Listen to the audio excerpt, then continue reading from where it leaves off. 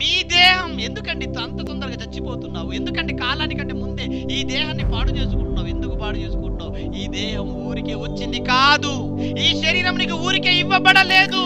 ఈ అవయవాలు, ఈ ముక్కు, ఈ చెవులు, ఈ కాళ్ళు, ఈ ఆలోచన విధానం, ఈ సిస్టమ్ అంతా ఊరికే ఇచ్చాడా?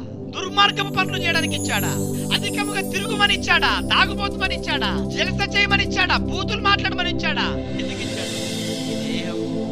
దేవుని వలన అనుగ్రహింపబడి మీలో ఉన్నాడా? ఉంటే తప్పుడుగా ఆలోచించరు, ఎందుకంటే ఆయన ఉంటాడు కదా. ఉంటే క్లాసులో డుమ్మా కొట్టారు, ఎందుకంటే ఆయన చూస్తున్నాడు కదా.